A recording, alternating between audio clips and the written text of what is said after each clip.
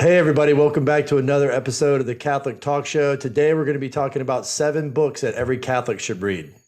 That's right. Today, we're joined by Brandon Vogt, and we're going to discuss 7 books that every Catholic should read, some bonus entries in the list, and where you can find all of these books. And like St. John Bosco said, only God knows the good that can come about from reading one good Catholic book. Let's open it up and take a look now.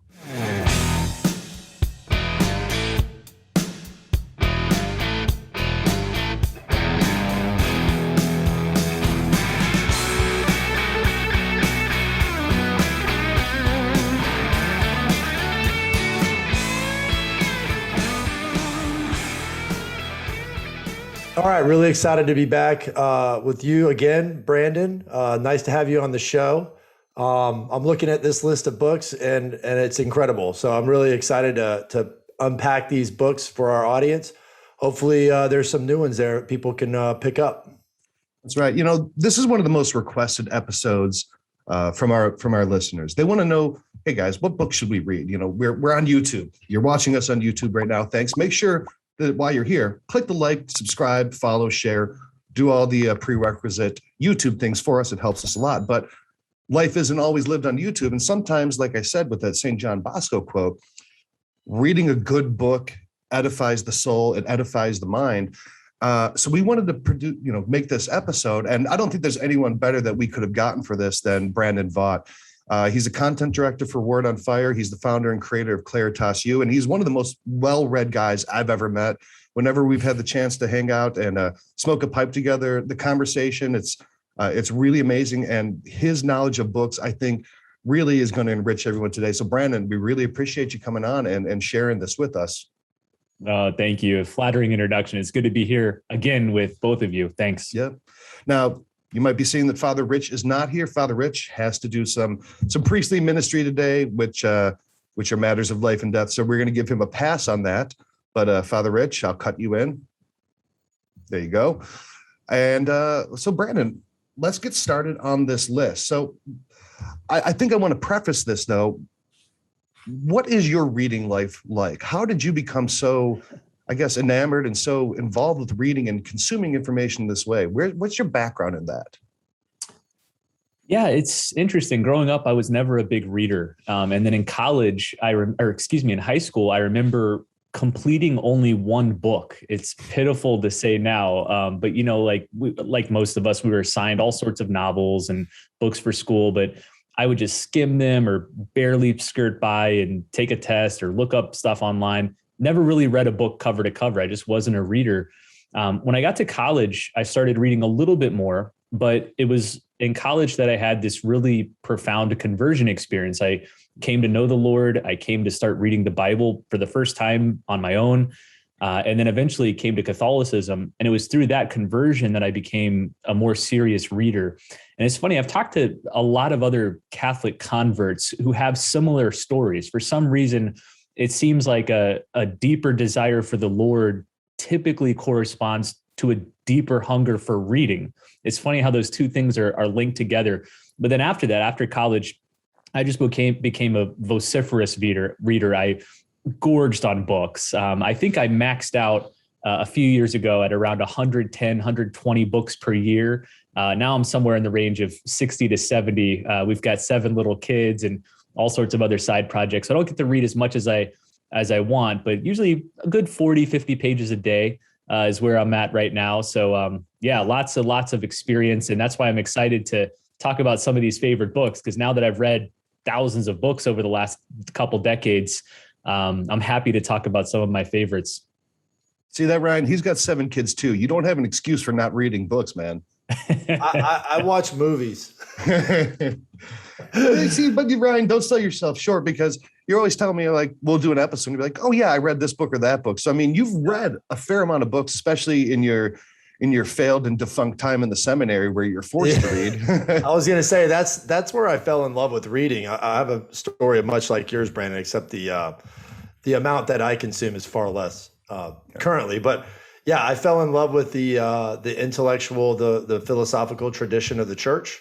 And once I, started reading in the seminary, that's what really kind of kickstarted me into the hunger that you mentioned, coming into the church and desiring knowledge and just, being able to sit with a book and it just impact your soul, and that's what we're talking about here too, is these are our favorite books or books that we're going to discuss, but they're also books that really permeate your soul, advance your knowledge, and really just provide grace, a lot of grace, to the reader.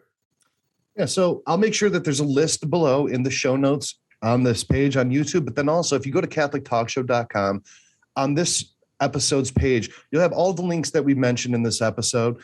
So make sure you go there and check it out so you can find where to get these books yourself. So Brandon, why don't you give us your first book out of this list of 7? Sure. And let me preface this by saying our prompt was 7 books that every Catholic should read. And so we're going to presume books like the Bible or the Catechism or, documents of the church, that those are kind of somewhere in your steady diet of reading. So these are books beyond those. But I had a really difficult time trying to lock down 7. I think my initial list was 40 or 50. And I whittled it down to 20, then 10, and then really squeezed hard to get it down to 7. What I tried to do was create a really representative list of time periods, genres, authors, styles, accessibility. So I hope this is a pretty broad representative range of some of the best books of all time that Catholics should read. So the very first one is this little book. It's titled Early Christian Writings. There's dozens and dozens of editions of this. This one is by Penguin Classics, great little cheap edition. But what it contains is the writings of the Apostolic Fathers. So these are a subset of the Church Fathers. So if you've never read the Church Fathers, these are the earliest of the Church Fathers. The men that are writing in this book are people that lived either at the same time as the apostles or in the next generation after them. So some of these writings from people like St. Ignatius of Antioch or St. Clement, Polycarp. Polycarp sat at the feet of the Apostle John. Ignatius and Clement were some of the earliest bishops in the church. They're writing in the late 1st century. So right at the same time the Gospels are written. And then my favorite document in this whole book is the Didache, the Dedicates. It's the oldest Christian document that's not in the Bible, that's not in the New Testament. And it reads kind of like another letter of Paul or another kind of like Acts. It's a description of how the early church lived and worshiped and practiced. The reason I recommend this book and why I think every Catholic should read it is it affirms how deeply Catholic the early church was. So in this book, you're going to see references to bishops and the Eucharist and other sacraments. You're going to see what the mystical body of Christ looks like in action. You're going to see things like the necessity of baptism for regeneration. So this book explains why so many Protestants, when they read the Church Fathers, end up becoming Catholic, because it's really hard to reconcile what you find in this book with, say, modern Protestantism. You read this book and you say, wow, those guys look a whole lot more like Catholics today than they do Protestants. And if that's the case, well, it puts us in a bind because this is the early church. This is what the early followers of Jesus did and how they prayed and what they believed. So that's the first book I'd recommend is the early Christian writings or the writings of the Church Fathers. Yeah, that's a good testament to the, there's the 4 marks of the church, and that's a good testament to the apostolic mark of the church. And like you said, the Didache almost serves as like a first catechism. I mean, it's a very primal catechism, but it's very much like that. And like Newman said, to become steeped in history is to cease being Protestant. And these books for me, so in my reversion, I was a middling Catholic, grew up Catholic, never really was not Catholic, but, like everyone else between 16 and 24, you're just, drinking and smoking and partying, doing whatever you want to do. But then, you get a little older, you have a kid, you start taking things more seriously. And this document was one of the very first ones that I read that led to my reversion, because I said, okay, it's time to take things a little bit more seriously now. Okay, well, you could read documents from the last 100 years, but I'm like, my mind goes back to the source. And then I saw this book and it was Polycarp, Irenaeus, Clement, St. Justin Martyr, which he's kind of on the fringe of those apostolic fathers, but I grew up in a parish called St. Justin Martyr, so I read him too. it really affirmed for me the historicity of the church. It really affirmed to me that, look, the church is incredibly, incredibly Catholic from the beginning. And then when you look at these maybe Protestant movements who are saying, well, we're kind of fundamentalists, we're going back to what the early church believed. This is what the early church believed. And it is, look, it couldn't be any more Catholic if you put a Pope's mitre on it and a statue of Mary behind it. I mean, so great recommendation. Couldn't recommend that one enough. So thanks for putting that one on the list, Brandon.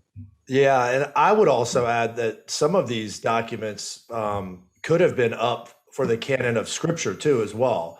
Yes. And when you look at divine revelation and how these books were chosen, you have this revelation with the apostles, and then it goes into the apostles ministering to folks who then begin to become bishops and things like that. And so there's a categorization of revelation within that really earmarks the fact that this was a time that we need to pay great attention to, right? And the church did too as well when they were choosing scripture. Mm-hmm. It's almost like Brandon, like you said, it's like a sequel to the Acts of the Apostles. It's like right. The new trilogy, right? It's not the original cast, but it's the same franchise, and it's very much like that, That's right. But better than the new Star Wars trilogy when they tried to come out with Brandon, episodes 1, 2, and 3. Don't get me started. Although, Brandon, I'm sure you're waiting with bated breath what Amazon's going to do with the Lord of the Rings and Tolkien's work. I'm sure that bated breath is certain. I think I heard it described as like in the spirit of Middle Earth. And I'm like, oh gosh, that's code word for just bad. I love that there's online campaigns of young men saying we do not want nudity in this. We don't need nudity in Tolkien's work. It's a really cool thing to see young men who are even secular who are saying, keep your clothes on. Let's just let this stand on its own. It's pretty cool. Isn't that an interesting phenomenon? Is like after the Game of Thrones era, so many shows have followed that model, to a T of just a lot of gratuitous violence and a lot of gratuitous nudity and sexuality. And yet Lord of the Rings, which we'll get to in a minute because it's on my list of books here, but it stands alone as one of the great modern epics that has been put to film, but avoids all of those things, gratuitous violence, nudity, and sexuality, and yet flourished. Mm-hmm. And so it remains, in my mind, a pattern that's untapped by Hollywood. There's clearly a hunger for those types of movies. So we'll see what the new Amazon show looks like. Well, let's pray for that one. So let's get on to book number 2 of your list, Brandon. Book number 2 is a classic. It is Augustine's Confessions. This book has been, it's hard to find another book perhaps that has influenced Western civilization more than this one, because it's the first autobiography. It's the first real introspective psychological memoir of a person undergoing a deep conversion of soul. That's really what this is. It's a story of conversion. If you haven't read the Confessions, I would say rush to get it. It's probably the one Catholic book that you have to read before you die. There's many English translations of the Confessions, lots of good ones. Maria Bolding, who is a Benedictine nun, I think. She has a really good one that's published by Ignatius Press. But this is my favorite translation of the Confessions. It's by Frank Shead. We'll talk about him a little bit later because I have another book by Frank Shead. But I've read Confessions now in I think 3 or 4 different translations, and this one is by far the best. Peter Kreeft has this great line about the Confessions. Let me see if I can find it real quick. Translation. Yeah, okay. Peter Kreeft is comparing the different translations of Confessions, and he says, only once have I encountered a translation that made such a difference, that so opened up for me a previously closed book. And that was Frank Shead's translation of Augustine's Confessions, which I found, he says, to be as living as molten lava. The most widely used translation of the Confessions is by a scholar named Mr. Pine Coffin. And Peter Kreeft says, it is worthy of the name. It's a dead translation. That's a slam dunk. It's quite a zinger, but he says Shead's is living. I love that. It's like molten lava. The thing about the Confessions is it's so lyrical and poetic in the original Latin. Now, I don't know Latin, so I couldn't read it, But what I've heard is it's difficult to convey that lyricism into English while still maintaining the original meaning. I think Shead has gotten the closest to that. So this translation is both beautiful, profound, and it stays true to Augustine's meaning. So Frank Shead, translation of Augustine's Confessions. We also have it in this beautiful Word on Fire Classics edition, which has a ribbon bookmark. Nice. So whatever you want to get, paperback or hardcover, get the Frank Shead translation of it. Well, I have one here that I'm cheating. I had this on audio. I think it's CD. I don't know. I don't think I've ever listened to it. Someone gave it to me. I don't think I even own a CD player anymore. But what translation is that one? This is the Edward Pusey. Okay, it's another famous one. I think that's from the 1800s. Yeah, it's. I love that they even call him Saint Aurelius Augustinus, right? Kind of give him the proper name. A lot of people quote that book. Well, you'll see. Our hearts are restless until they rest in you. Like a lot of people cite that, say that, but they don't cite the book. Right. Well, it's funny that line is literally on page, I think 1 or page 2 of the Confession. So if you like that line, keep going, because there's a whole lot more from there. Keep going. One of the things I like about the Confessions is it's very much to me in the tradition of the great Roman orators, like Seneca or Cicero, right? And I think a lot of his style, like you said in the original Latin, really is that kind of intentionally beautiful, intentionally persuasive type writing. And you can get a mind into how the classical world turns into the Christian era. And his conversion of heart that he's relaying very much is, I think, a archetype of the conversion of heart that the entire Western world was having at the same time. Now, his is the most famous example, but these little bursts of hearts on fire are happening all around the known world at the time. And this gives you an insight into how the, I'd say, ancient to classical or late classical mind is viewing this kind of wrestling with this old world that's dying and this new world that's giving so much more than the old world did. Really interesting insight, even if you look at it from, even if you're an atheist, looking at an autobiography from someone from, 4th century, it's a really fascinating document. So again, great pick, Brandon. Yeah, like you say, he in his very person embodies this shift from the classical world to the Christian world. He was trained as a classical rhetorician. That's what he envisioned himself becoming, but he eventually came to see the emptiness of rhetoric, especially among the sophists, where, you could argue for either of two conflicting positions. And as long as you were so elegant and persuasive that you could trick people into believing one or the other, he got tired of that and just wanted the truth. I want the truth. He hungered and burned for the truth. And that led him to God. But you see that whole journey throughout this beautiful account. And like you say, it's a microcosm of what was happening in the greater world at large. Mm-hmm. And again, this book, it talks about his conversion story. It gets a little nitty gritty. St. Augustine was, he was like me and Delacroix. He was probably up to no good. He had kids out of wedlock. He talks about stealing. He talks about just really kind of the depravity that he was in, where he was really a person of the time, of that culture and place, and how his conversion really led him to, turn from all that. It's something that's both ancient, I guess, and modern. It's one of his quotes, ever ancient, ever new. Ever ancient, ever new. It's how he describes God. That's right. Yeah. But his story is the same way. And I think that's an amazing thing. Yeah. When I read it the first time, again, in the seminary, I was just blown away at how this man, centuries and centuries and centuries ago, poured himself out to his passions, became empty, and was filled up by our Lord in the truth. And it happens to people today. It's just such a bare account, a true account of this man's soul, and it's so well written that I think most people can relate to that, even if they didn't have such a monumental shift, that he had. Awesome. All right, so let's get on to book number 3 here, Brandon.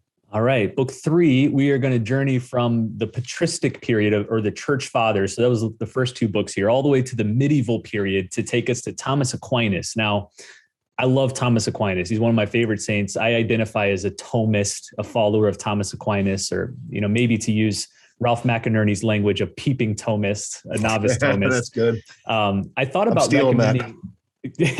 about recommending something by Thomas Aquinas, but he is admittedly difficult for first timers. If you've never read anything by Thomas Aquinas, I really would not recommend just diving into the Summa Theologia, his masterwork, and starting on page 1. You're going to be lost really quickly.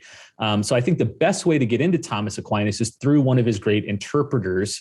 And in my view, the best contemporary interpreter of Aquinas for ordinary lay people is Peter Kreeft. And this book is one of Peter Kreeft's gems. It's titled Summa of the Summa, Summa of the Summa. So summary of the summary by Thomas Aquinas. And what he does is he goes through Thomas Aquinas's masterwork, takes short chunks of passages, and then gives you a bunch of commentary. Now, one reason that's helpful is because Thomas does use a lot of jargon. He uses a lot of philosophical terms that fellow scholastic philosophers and theologians of his day would have known, but that are foreign to us today. So you need to understand what those terms are, and Peter Kreeft helps you. But also Kreeft provides lots and lots of colorful examples and analogies that help to clarify what exactly Thomas Aquinas is getting at. So this, I think, is the best entry point to Thomas Aquinas. Again, Summa of the Summa by Peter Kreeft. Awesome. Yeah, Aquinas he writes in a very technical format. It's a very scholastic format. It's, he poses a question, he poses the counters, he answers that, I counter. So it very much is a formulaic writing. It's, something that if you're not... Wasn't it a format of debate back then? Is that how he was presenting that information? Was a specific format that when they got together and debated that they used? Is that correct? Yeah. It was known as the disputatio, or the disputed questions, and it was a common format. I wish we could bring it back. We have such a lack of civil, rational discourse today, and especially debate, especially between two people who vigorously disagree about a topic. But if you look in the medieval period, that was extremely common, and those debates were really fruitful because they knew how to frame an intellectual disagreement. One of the things Thomas is best known for, and this comes out really well in Peter Kreeft's book, is how Thomas steelmans, if we want to use a contemporary term, steelmans his opponent's position. He makes it as strong as possible. Most of us, when we're refuting somebody else's view, will straw man their position. We'll make it seem as stupid and as silly and as misrepresented as possible. It's all the easier to knock it down, right? But Thomas presents his opponent's positions as strongly as possible. Sometimes it's people famously say he sometimes puts the opponent's positions better than the opponents themselves put it. So he makes it even stronger than they could. But then he slowly and methodically unravels it and shows where the errors lie within it. That format is masterful because it affirms the intellectual integrity of the writer or the arguer, and it gives you an extra boost of confidence in what they're doing. If they are willing to take seriously the other person's argument, you trust them more. You can have a greater faith in following them. So I wish we could get back to that style today. Absolutely. Yeah, let's not forget Peter Kreeft. Let's not forget Peter Kreeft. I mean, this guy is one of the most amazing philosophers of our time, and just so readable at the same time, and draws you into deep truths with really simple writing. He can get dense in certain cases. But I couldn't think of a better person to take you through the Summa than him, Yeah, he's a master at that. Many people have described him as our generation's C.S. Lewis. Yeah. I think that's a well-deserved title.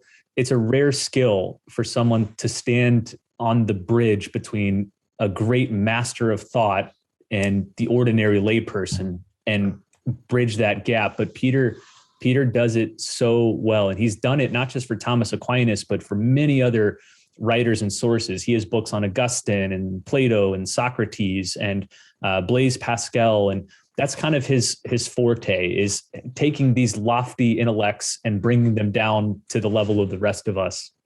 Yeah, so that people who may not otherwise access it ever or are intimidated about getting started, they have a place where they can go to. Peter Kreeft he's an educator, and he's allowing people to enter into this world slowly. So some people would never read this. Some people may only read his. Some people may read his and then be inspired to go deeper. But like you said, it's that bridge that allows access to these things. Great thing, because who's going to read the whole Summa? Very few people. But to know the key points and to know some of these, the real highlights and have them explained to you is really, irreplaceable. So another great pick, Brandon. What's number 4? All right. Number 4 is taking us forward a few centuries. So we're going to come all the way up to the 20th century now. And this book is my favorite nonfiction book of all time. And it is Orthodoxy by G Gk Chesterton. I'm holding up here the Word on Fire edition, which I helped to publish, of Chesterton's Orthodoxy. Now, this one, of course, was written in English, so no translation needed. Orthodoxy is hard to capture in a few sentences. It was written in 1908 by Chesterton, before Chesterton converted to Catholicism. So at this time, Chesterton was kind of vaguely Anglican. He was starting to come back around to a more traditional Christian belief system. But he wrote this book as a response to the increasing ideologies of his day, specifically nihilism. So the belief that nothing matters, we should all just despair. Determinism, that we don't have free will, that everything is kind of just running automatically based on, deterministic principles. Pessimism, related to nihilism. And then atheism, agnosticism, the belief that there's no God. All of those ideologies he was recognizing were ascendant in the Western culture at the time, while Christianity was kind of descending. And Christianity was catching a lot of flack from critics who were arguing that the time of doctrine and dogma is past. Those things are old, they're stuffy, they're retrograde. We've now been liberated to get rid of the shackles of religion and move on into this great, progressive future. At that time, this is 1908, so not too much after Darwin's discoveries. And so there was a lot of emphasis on human evolution and human progress, not just in the biological sense, but in the social sense, that we're moving forward into a glorious new era, one that religion has nothing to say. Well, Chesterton put his foot down and wrote this book in response to all of that. The basic premise is that orthodoxy is not something dull and drab and retrograde, but instead is exciting and adventurous. In fact, I think he says something to the effect of, like, orthodoxy is the last adventure left. There's nothing terribly exciting about moral rebellion. There's nothing exciting about the things we talked about earlier, Ryan, like drinking, smoking, partying, out of wedlock sex. Everyone's doing that. That's drab. That's banal today. There's nothing truly invigorating and exciting and rebellious about that. Rebellion is religion. That's the last rebellion left. And so this book makes that whole case. But what you'll notice when you open the first page is his writing. His writing is so unique in the Christian tradition because it's so witty and effervescent and sparkling. I've heard it described as reading Chesterton is like opening a bottle of champagne. It just bubbles out. And also, to stick with that analogy, you can't drink too much at one time. So Chesterton's not the type of writer where you just plow through and read a whole book in one sitting. You read a couple pages at a time. It's just too much to take in. The quality of his writing, the depth of his arguments. But in my view, the best Christian book written in the last 200 years, my favorite nonfiction book of all time, Orthodoxy by G Gk Chesterton. Let me mention one little twist here. This is another book that was recently produced called Orthodoxy, an American translation. It's by Dale Alquist, Peter Northcutt, and Kevin O'Brien. Now, you might wonder, I thought Orthodoxy was written in English, so why do we need an American translation? Well, Orthodoxy was written in England English, and they've updated it to American English. In the original version, there's a lot of turns of phrases that don't make sense to contemporary Americans, but also he references a lot of, in his day, contemporary people, politicians, locations in England that wouldn't make sense to us. So a lot of those have been replaced with American people or politicians or places. So if you find the original Orthodoxy a little too impenetrable, maybe check out this American translation of Orthodoxy. Yeah, Dale Elquist is the president of the Chesterton Society, correct? Correct. And so, probably the leading Chesterton guru in the world. Yeah, so he knows his stuff. And Brandon, I'll echo what you said. This is my favorite Christian book. I didn't know that, Ryan. I absolutely love this book. My copy of it looks like it got shot with a paintball gun because of all the little areas that I've highlighted and circled. And you're so right about how you read this book. Now, I jumped into it and I read, 3 or 4 chapters in the first night. And then I'm like, I'm going to go back. What was that little thing? Because there's all these little, the nuance is so beautiful. And I've heard him called the apostle of paradoxes. And I love his little paradoxical statements. I love these beautifully spun arguments. They're so common. They're so witty. I mean, this guy, the way he writes, I think, is unique from anyone I've ever read. I don't think I've ever read anyone as witty, as clear-minded, but also entertaining to read. I mean, look, for all of our atheists out there, and I know you're out there, we talk, you send us all the stuff, and I know that you're sniffing around a little bit, like Herod, and you watch our show. Guys, girls, read this book. Even if you can't stand Christian theology, read this book because this guy is so entertaining, and you'll be able to understand, again, maybe create that steelman argument of what we actually believe and how we believe it so that you can better counter us. I couldn't recommend this book enough for Catholics. I couldn't recommend it enough for people considering converting, like Chesterton was at the time, because that's his mind frame. But then also for people who counter us. This is a good, accessible way to understand what we think, how we feel, and why things are important that you think are frivolous or trivial or untrue. Could not recommend this book enough. Chesterton, that's my guy right there, Yeah, that's cool. Mine too. All right, let's see what it says. The riddles of God are more satisfying than the solutions of man. And like I said, he's the apostle of paradoxes, and that so sums up his thought patterns.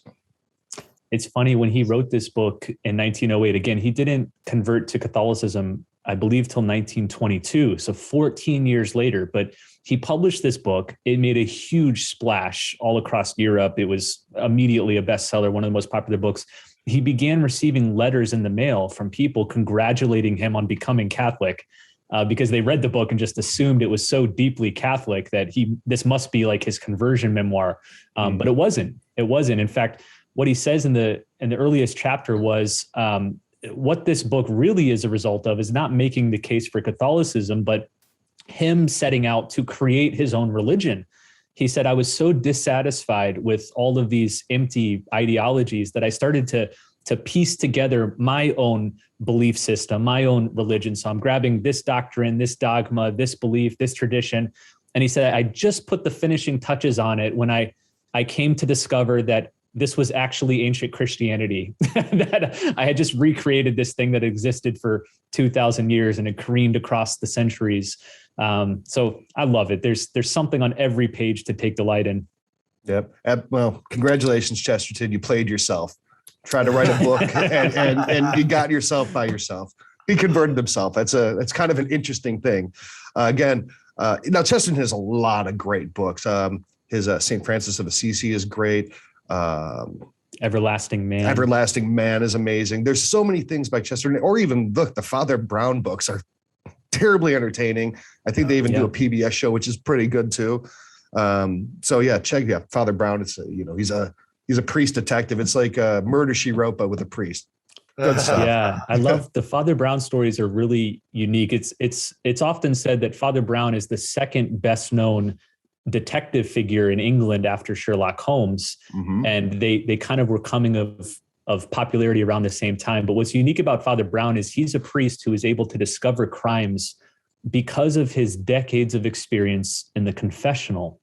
So he uses knowledge he's learned about human psychology and depravity by hearing the confessions of several criminals to then solve crimes. And Chesterton says it actually came about because of a real encounter he had. He was at a party one day with a priest friend of his, Father John O'Connor. That's who the Father Brown is based off of. And there was a couple of young college students there, and they were laughing and joking with Father O'Connor. Father O'Connor walked away, and then the two college kids came up to Chesterton and said, what a delightful old man, such a simple and innocent heart, but it's just a shame that he doesn't know more about the world. And Chesterton kind of smirked, and that was the seed planted for the Father Brown stories, where he wanted to make the case that no, a priest knows way more about the world than you. A priest knows way more about the married life than married people, not because he himself has been married, but he's spent hundreds of hours with married couples, experiencing their highs and their lows, and in the confessional and spiritual direction. He's got a keener sense of the human heart than you. So that's the whole premise behind the Father Brown stories. Yeah, you hear that argument a lot. Well, what can a priest tell me about marriage? He's never been married. What can a priest tell me about, sexual morality? He's, celibate. Well, I don't know. What can an oncologist tell you about cancer if he's never had cancer, right? What can what can an astrophysicist teach you about particles when he himself has never shrunk down to the size of a particle? There's an expertise that does not always have to be direct experiential. There's a scholasticism that is undervalued in today's world. So yeah, Chesterton, love Chesterton. So accessible, so interesting to read. It's just entertaining, but it's so good. Every page you'll say, wow, dude, that's a great line. Yeah. And it just keeps happening time and time again, So my go check that one out. My favorite line in there is about the tradition. He defines tradition as the democracy of the dead. And he says, in our day, whenever we have a vote, we're voting, a politician into office, we don't discriminate based on where someone is born. We give everybody within a particular region one vote. And he says, in the case of history, then why should we discriminate based on when someone was born? That if you allow a vote to every person who has lived throughout history, what you'll get is an almost universal consensus that religion is good and true and beautiful. It's only in the very, very recent sliver of time that a handful of people, relatively speaking, have voted against religion. And so he's a great proponent of tradition, which he links to democracy. Those two things are often put at odds, but he says, no, tradition's the ultimate democracy because it's given a vote, not just to those who are alive, but to our fathers and grandfathers and great-grandfathers as well. And all of them, at least in the last 2,000 years, are casting a vote decisively for Christian tradition. Love it. All right. So Brandon, the next book on your list, I know that you're about to go off on us, and I can even see in the background. I think I can see some characters running around on the map on your background. Why don't you tell us what this fifth book is? All right, this book is objectively, not my personal opinion, objectively the best book ever written. So this is Lord of the Rings by J.R.R. Tolkien. Very important to observe. This is one book. This is not it's often described as a trilogy, colloquially, but one book. It was always intended to be one book. Massive novel. I think this volume's like 1,200 pages long, but it's written by the great J.R.R. Tolkien. Now, why I included this book on this list, besides just its inherent quality and beauty, is because it is, I think, the quintessentially Catholic novel. A lot of people who've read Lord of the Rings, especially if they've read it early on in their life when they were children, may not realize that this book was intended to be a Catholic book, explicitly so by its author. Tolkien said in a letter that it was unconsciously Catholic at first, but consciously so in the revision. So he intended that the Catholic ethos breathe throughout every page of this book. Now, it's confusing because you think, well, where's God? Where's church? Where's prayer? Where's the sacraments? None of those things are explicitly in Lord of the Rings, but they're allegorized everywhere. They appear everywhere. I can't get into all the details about the Christian symbolism of Lord of the Rings. That'll be a discussion for another day.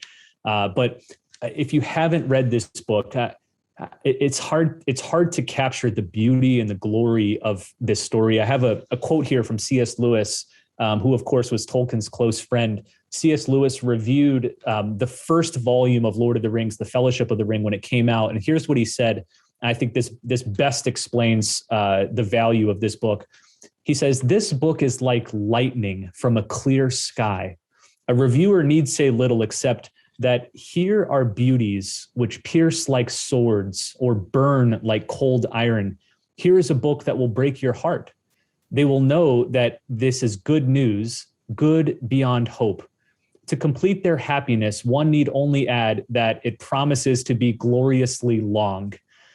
He says, as we find ourselves sharing their burden, the character's burden, then when we have finished, we return to our own life, not relaxed, but fortified. And I think if you talk to anybody who's trudged their way through the entire 1,200 page of the book, they'll say that it's one of those rare books that changes reality around you. You're not the same for having read this book. You have developed more virtue, more edification and fortification. The world around you becomes enchanted in a new way. It's not escapism into Middle Earth where this story takes place, but it's shaping and affecting your world, the world around you. So I could celebrate the merits of Lord of the Rings for hours and hours and hours, but maybe I'll stop there and let you guys talk. Brandon, I've got a confession of my own. I've watched the movies, love the movies. They're a good representation. I have not read through the book myself because I get to Tom. It was really great being with you guys today. Right. Looking forward to maybe coming back on later. I get to Tom Bombadil and I have to stop.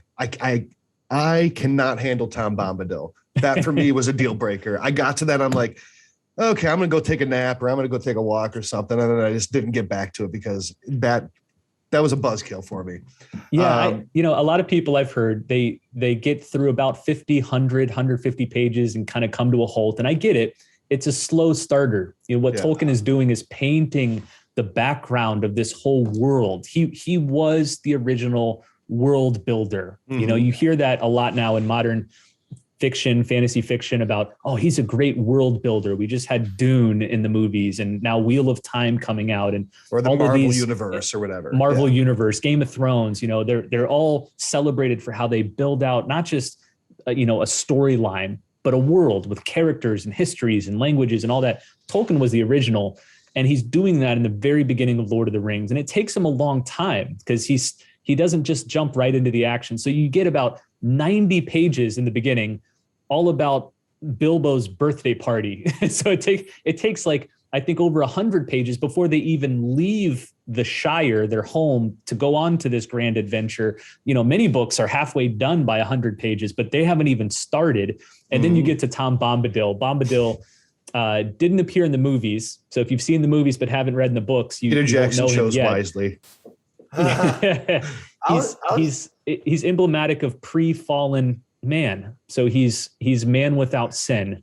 And so he's this kind of effervescent, bubbly, vivacious character that leaps and sings and whistles. And he's kind of a strange person, but he floats above all the action that's happening in Middle Earth. He's not tempted by the great ring. It's nothing to him. Because again, he doesn't have concupiscence. He's not fallen. He's a kind of an aberration in Middle Earth.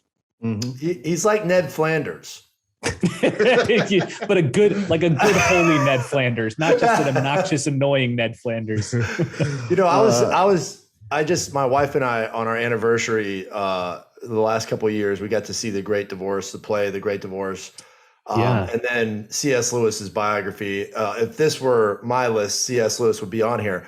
But what I would, I'm hearing you talk about how he's the original world builder. And I think about the influence that he had on C.S. Lewis to push him into creating some of the worlds that I so dearly am fond of. Narnia, which is what's that? Brandon, Narnia, Brandon, which I think is a more enjoyable read than Lord of the Rings. If you want to go, if you want to go world builder, short, sweet, beautiful, just mind-boggling, it's The Great Divorce.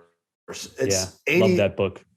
100 pages, and it's magnificent. I mean, it's just a magnificent illustration of the human soul and the denial of God in so many different ways. And the world that he creates, it's very cohesive, but yet it separates through, the characters, and I mean, just a wonderful thing. And so when you were mentioning the original world builder, I thought to myself, that pub that Chesterton and Tolkien and C.S. Lewis sat in, and how much he had an impact on C.S. Lewis's world building, if you would. One thing that I really have always, I like Lord of the Rings. I tease Brandon about it when we talk because I haven't read it like I should, but I've seen the movies, and I've read through parts of all of the books. But what I really do like, and I know this is, scholars would say this was not his intention, but the parallels drawn between Middle Earth and Europe in World War One. I think, Tolkien, he was in World War One, he fought in it, and seeing the alliances, seeing where alliances break down, seeing the desire of man. I mean, it's, the great powers to the East. It's written very much, France and England versus, if you're looking at, the Imperial German army, if you're looking at Turkish, you can kind of see these parallels that he's drawing. And now scholars would say that's not his intention, but I think it was unavoidable for him because of what he saw in the war and just how people truly react in these combat situations. I don't think you could have written this book without having that firsthand experience and that valor, that heartbreak, that real earthy grittiness of having been in a trench and having rain in your boots and smelling a dead body. I think that's one of the things that makes this book and the whole world so very interesting and real, but also immediate and also believable and also a real parallel, even though it's a mythic and fantastical world. The motivations are very true to what we see in the world, and especially at the time. Yeah, all that's true. Tolkien was very adamant that Lord of the Rings is not allegorical, that it did not, he got the question of whether the orcs and Saruman and Sauron represented, the Prussians or the Germans, and he would shut down those suggestions immediately. But to your point, I can't help but think that subconsciously a lot of that shaped him. You see, for example, Saruman, who raises this tremendous army of orcs, these kind of deformed elvish creatures. His army is fueled almost completely by this vast machinery. It's a very industrial army. They're knocking down forests to build these machines with gears. And for Tolkien, that was everything that was wrong with World War One. Is like World War One was the first time we got away from this face-to-face, human-to-human combat with, either knives or guns or something where you're looking into the eyes of your enemy. Now, instead, we're introducing, tanks and big machines and even eventually the next war, aerial strikes. He hated that, and he was so resistant to it. I think that's why the evil characters in his book fight in that way. Absolutely. Again, if you've only read the books, Brandon, I'll make a deal with you. I'm going to try to get through it. I'm going to try to read it on Christmas break coming up here. I'm going to try. I know I should. I really know I should. And I've already gotten through Bilbo's party and Tom Bombadil. I'll pick it back up. I'll let you know, Brandon. I'll let you know if it really does transform me. It will be very difficult for St. Peter to let you into the pearly gates if you have not read that. So all right. Strongly I'll just encourage it. I'll appeal to Aslan and Narnia and see if there's a back door open. Good. All right, so let's get on to number 5 on this list. I'm sorry, number 6. Number 6, yeah, number 6. We're almost near the end. So this is my favorite spiritual book. It's titled To Know Christ Jesus by Frank Shead. So I mentioned Shead earlier as the translator of Confession. Shead was a part of this whole English Catholic revival in the early 20th century.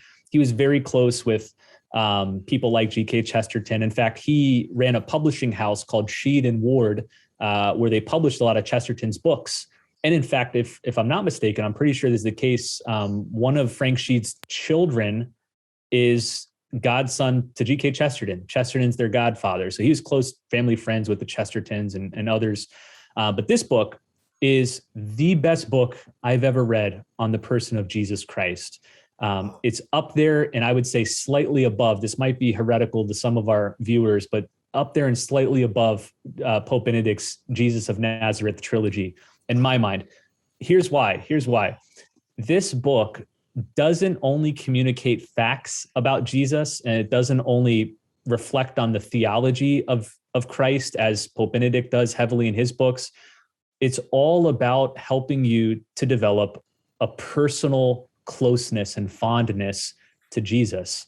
He goes through almost as an Ignatian exercise of going through the scenes in Jesus's life and asking questions you may not have thought about this or that scene, to the point where you feel, again, a closeness and intimacy to the characters in the scene, but most especially to Christ.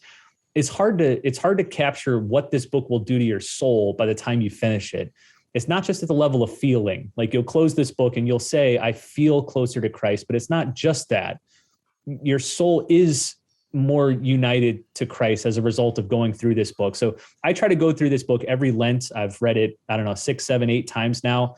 That's a great period to read it. Advent is also another one. But if you're looking for a new book on Christ, maybe you've already done Pope Benedict's books or Fulton Sheen's great book, Life of Christ, check this one out, because it's my favorite spiritual book I return to again and again. Awesome. So Yeah. now, before we get into the last book on your list, Brandon, I want to do some honorable mentions, right? Some ones that I think once you get through this list of 7, you might want to look at as well. True Devotion to Mary by St. Louis de Montfort. St. Louis de Montfort is he is a rose scent of a writer. His writing is so floral and so beautiful and so devoted to Mary. You really should take a look at that. Story of a Soul, St. Therese. You know who loved that book, by the way? John Paul II. He would say regularly it's his favorite book. He kept it on his bedside, even as Pope. He went through it multiple times. In fact, his papal motto, Totus Tuus, comes from that book. So if you want a book favored by a saintly Pope, that's the one, and you can't go wrong with it. I would also add that the consecration to Jesus through Mary that St. Louis de Montfort, positioned in our faith has been a game changer for myself. As far as discernment, vocation, if you really are kind of struggling with what God wants from you, that is it is the quintessential prayer, and it has changed a lot of people's lives. It's a beautiful thing. And this is one of the requirements is to read this book. Nice. Story of a Soul, St. Therese of Lisieux. I mean, she is a spiritual master. It's the writings of a good way to describe how powerful it is that St. Therese is the patroness of missionary work, and she never left her little monastery, and she never left her little convent. And that's how kind of expansive and how yearning her soul can be, and how far just your thought and your interior disposition can take you. Brandon, and you mentioned. I will say, if I can add Brandon. one little comment about that one, I've read Story of a Soul now a few times, and I've detected a pattern among many people I know who have read it. The first time you read it, you might find it a little too flowery and sentimental, but it's when you come back the second time and read it that you'll enjoy it. Dorothy Day, one of my great heroes, she wrote a whole biography on Saint Therese, and she says in that book, when I first read Story of a Soul a year after my baptism, she was like a new Christian, I found it colorless, monotonous, too small, in fact, for my notice. I dismissed the book as pious pap. However, 20 years later, 20 years after the first read, she underwent a complete reversal of attitude. She said, in these days of fear and trembling of what man has wrought on earth, and destructiveness and hate, Therese is the saint we need. And over the following years, she recommended Story of the Soul more than any other book. So I just want to add that warning to people. The first time you read it might not be too grabby, but give it another chance. Let it sit with you and maybe return to it again. Yeah. Now, you mentioned this one. This one was incredibly important in my reversion. That's Jesus of Nazareth, Pope Benedict. The way that he is able to, he's very much like you said, Dr. Kreeft, in this manner that he could take his mind, which is, I think, one of the most unparalleled and amazing minds of the last who knows how many years. Should be a doctor of the church. Pope Benedict, absolutely doctor of the church. But the way he's able to be so close to you and be so, it's like sitting there and learning from your grandpa, who also happened to be the smartest guy ever. It's just an amazing book. It helped me so much to, number one, reaffirm the theology, but also to see that theology is loving, to see that theology is not a cold, hard line in a book. Theology is the description of God himself. Theology and is describing God, and God is love. And it's a very unique, I guess, interplay between the love of God and then the theology of God that I don't think many other books have gotten, at least for me, that I've read. There's a whole trilogy. There's the early life, but the first one he released, Jesus of Nazareth, just so good. Can't recommend that enough. And if you haven't read Pope Benedict the 16th, pick up anything that he's written. Yeah, really. It's just amazing. Yeah. A couple more quick ones. The Interior Castle, Saint Therese of Avila. Dark Night of the Soul, St. John of the Cross, a beautiful Spanish masterpiece of poetry and theology. The Imitation of Christ by Thomas à Kempis, one of the most influential books of all time. I believe at one point is the second most read book besides the Bible. Is that important? Yeah. Uniformity with God's Will by St. Alphonsus Liguori, another great spiritual master. I would really say anything by St. Alphonsus Liguori is definitely beneficial to read. Those are a couple honorable mentions, but Brandon, you also put together a list. So it's on your website, and this is a mega list. There's how many books? 200, 300 books on here? Something like that. Yeah. And I started with a great list that Father John McCloskey, he's a late great priest of Opus Dei. He put together a Catholic lifetime reading plan. And so I kind of took that list, started with it, and added just a few titles because his list was already so great. But I have all the books listed and linked, I think, to Amazon on my website. So maybe we can include that link in the show notes. Absolutely. Now, before we get on to the last book, I want to make a real quick mention. Number one, for anyone watching who's a Patreon, thank you for your support. We really couldn't do the show without you. It means so much to us. You're in our prayers. Your support allows us to continue to grow. We've recently reached, 100,000 people, who followed us. It's a really cool thing.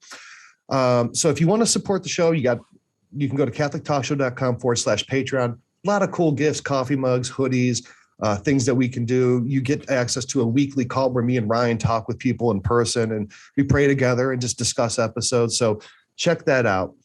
The second thing is we have partnered with a really great Catholic charitable organization known as Cross Catholic Outreach.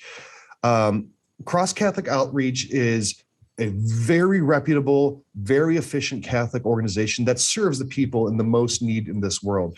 95 cents of every dollar donated to them goes directly to the person who's being benefited from this. And for Christmas and Advent this year, we've partnered with them on a particular cause that we've adopted, and it's to help poor children, specifically young women in Mozambique, get an education, get food, shelter, and some Christian education. Mozambique has an enormous amount of orphans from the AIDS crisis there. I think it's the second most in the world, and they have the highest rate of AIDS infection there. And that's created so many orphans. And you have these young girls, 7, 8, 9, 10 years old, without parents, without any access to resources. And the cause that we are supporting helps directly give them food, clothes, and security. So if you go to CatholicTalkShow.com/cross-Catholic, you can help participate with us in what we're doing as our Advent giving this year. Again, very reputable, very efficient, but really a necessary thing. This is part of their Christmas program. And look, we all buy hundreds, 50, 40, 60 gifts, during Christmas. What's one more small gift? Now, your child, you might get them a video game or something that he'll play for a little while and forget. This kind of charity and this kind of thing can help a young girl for a lifetime and be something that changes her life much more than a toy that goes away or a piece of clothing they outgrow. So if you have it in your heart to give one more gift this year, go to CatholicTalkShow.com/cross-Catholic. There's a link below, and you can help support this. Now, Brandon, let's get back into the list. And this is your last, this is the last one. So let's leave off my with a last bang book. here.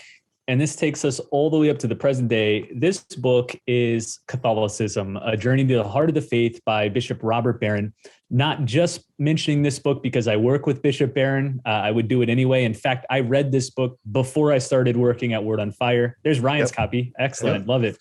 If you've seen the Catholicism film series, this book is basically an adapted and expanded version of that. So it's got 10 chapters walking you through all the basics of the faith, from God to Christ to Mary to the church to the saints. But what Bishop Barron does better than I think anyone today is he brings in the full, colorful, vivid beauty and splendor of the church, from art to the mystics to scholars to architecture to music to culture. He presents this beautiful tapestry that I think anyone reading this book would become so attracted and drawn to the Catholic thing and want to learn more about it. So I have this book for Catholics. So if you haven't read it, this will be a great single volume overview of your own faith. But also, I thought this would be a great book to conclude with, because it's probably the one book I would give to somebody who's interested in Catholicism, especially someone who's maybe a little more intellectually inclined, maybe a little artistically inclined. I think if they read this book, Catholicism would shimmer in a whole new light. So that's why this is my final book, Catholicism, A Journey to the Heart of the Faith by Bishop Barron. Now, Brandon, I don't know if this is an apt comparison, but a lot of people really love Anthony Bourdain. Anthony Bourdain was going around the world and experiencing food. He's just eating a meal, but the context that he gives to it and how he sees all the interwoven history, the culture, the people, the real life beauty of a simple dish that he bought off the street in Thailand or something. It's kind of that completeness of experience that I think Bishop Barron gets in the same fashion. You know, you could talk about Catholicism, you could talk about the sacraments, but he's bringing in these cultural references, he's bringing in these soulful references, and then he's also bringing in, you know, theology and fact and history. It's a very rounded presentation of the faith that I think, I mean, it's obvious that it's been so well received because that approach really hits people in a unique way. Yeah, it confirms that Catholicism is not an abstraction. It's rooted in concrete, vivid realities like the Gothic cathedrals, you know, or the masses of Mozart or the sisters of Mother Teresa. These things are real and vivid and attractive and colorful. And that's what the film series and this book put on display. Now, Brandon, there's another author that I really enjoy reading. In fact, I have, I believe, 5 of his books. Great author. I've actually met the guy. He's a great guy. His name's Brandon Vogt. Have you ever read anything by him? Yeah, I wouldn't put him on this list. Certainly not. Brandon, I mean, you have written a great deal of books. Tell us about your life a bit as an author. Yeah, it follows basically the same trajectory as my life as a reader. I hated writing growing up. High school, hated writing essays. If the teacher said, you got to write 3 paragraphs, I would have pulled my hair out and, you know, poked my eyes. But it was after I became a serious Christian that I took up the pen. I first began writing by sharing my story of conversion from Protestantism to Catholicism. That got me writing about a lot of issues within the church at the time. This is maybe a decade ago. So my first book in 2012 was on the church and new media. So at the time I was, you know, a 24-year-old kid who was blogging and using Facebook and YouTube and Twitter and podcasts. How could the church use these tools more? So I did a whole book on that topic. And then from there, just kept writing about topics that interest me. I have a book on the saints and Catholic social teaching. I have several books on apologetics. I have a book on making the case of why people should be Catholic. And then my most recent book, this one just came out a couple weeks ago, is Wisdom and Wonder, which is an edited series of essays on Peter Kreeft, who we've mentioned a few times here. So this is book number 10. I've got a whole slew of them books. now, but Congratulations, man. That's awesome. Thanks.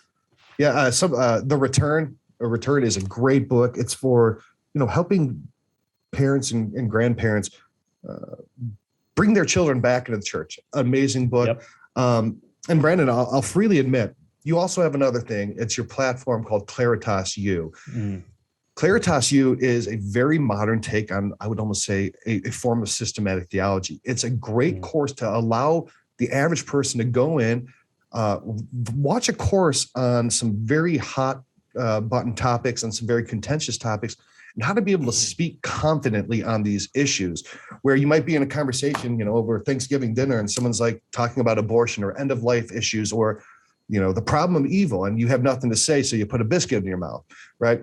This really can help train you and form you in a way to where you have good, legitimate answers. And Brandon, I'll freely admit, we'll be preparing an episode of the Catholic Talk Show, and we have to bring up a topic, and I want a quick, succinct answer that I know that I can trust and speak well on, that people will get.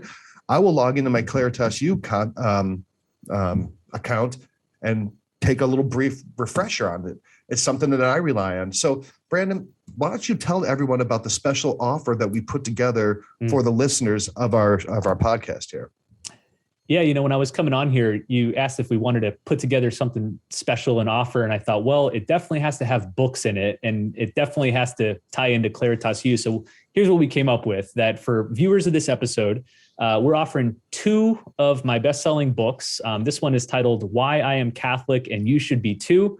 It makes the case primarily to atheists, agnostics, and former Catholics as to why they should take seriously the Catholic Church, why the Catholic Church is true, good, and beautiful. So that's book number 1. Book number 2 is What to Say and How to Say It, how to discuss your Catholic faith with clarity and confidence. And it goes over some of those hot button issues Ryan just mentioned, things like atheism, evil and suffering, abortion, same-sex marriage, transgenderism. If any of those topics make you nervous, anxious, tongue-tied right now, this book will tell you exactly what to say and how to say it, and how to answer the most common objections. So these 2 books for just $10 with free shipping. Now, crazy deal. Normally, man. That's a great deal. Normally, like $20 a book, I think, is what they retail for, but you can get both of them for $10, free shipping. And to tie it back to ClaritasU, you get a free month of 100% access to ClaritasU. So I think now we have over 30 video courses in there. All of them are taught by me, all of them on these difficult, prickly subjects. We just finished up a course on euthanasia and end-of-life issues. There's courses in there on contraception, abortion, transgenderism, atheism. Again, not just what the Catholic Church teaches. I think all of us know that. All of us know abortion's bad, contraception's bad. But how do you convey that winsomely, convincingly, charitably to someone who disagrees with you? So that's what those courses teach you to do. They give you discussion tips and strategies on how to frame these dialogues. So you get all that for $10. So no brainer. I don't know where you're going to get two books and 30 video courses for $10 anywhere else. Yeah, it's a great deal, and it's very gracious of you. If anyone listening, if you go to CatholicTalkShow.com/books, BOOKS, you can get this deal right now. And I'm serious when I say this. Brandon is a fantastic author. His books are, he's being very modest, but his books are excellent. ClaritasU is an amazing, amazing resource. You can learn so much. I mean, if you're going to binge watch, cooking shows or, people throwing balloons off of a dam on YouTube, budget in a little bit of time to watch a couple of these courses a week. Watch those things person. While you're watching ClaritasU is what Ryan's trying to say. Right. Yeah, I would say it's about the variety there. Yeah, I would say personally, we've been talking about authors and influence and different things like that. And I would say in my opinion, your biggest influence in the church is precisely, helping people speak about their faith, which is very difficult. I grew up in a Protestant in Jacksonville, Florida. You were in Tallahassee. I know we know a lot of the same guys, but it was a very Protestant place. And I was constantly inundated by people who wanted me to go to their church explaining how the Catholic Church was bad. And so one of the things that I think your legacy as an author is in this particular area, and how many people you've helped. So we appreciate you coming on the show and also your body of work in those areas. Thank you. Awesome. So again, a couple things. If you want to support us, you go to CatholicTalkShow.com/Patreon. If you want to support these children in Mozambique, go to CatholicTalkShow.com/CrossCatholic. And if you want to take advantage of this awesome offer, go to CatholicTalkShow.com/books. Now remember, we're going to have links to this offer, to the list that Brandon has recommended, and his mega list of all these books So make sure you go to CatholicTalkShow.com, like, share, subscribe right now, and you can go there and get all these links. Take care of this offer. This is a great offer, $10. I mean, was that 2 cups of coffee these days? I mean, that is a deal that I really don't think you want to pass up. Brandon, we always great talking with you. Always love having a chance to speak with you. And I really appreciate you coming on here and recommending these books to our audience. My treat. When you said we want to bring you on to talk about books, I'm like, oh gosh, how long do I have? Yeah, that's awesome. So again, check out all those links, everyone. Like I said earlier, St. John Bosco, only God knows the good that can come from reading one good Catholic book. Go out, take a look at these books, pick one for you and read it. It's going to help your mind, going to help your soul, and help your relationship with God. So everyone, we'll see you next week, and thank you so much.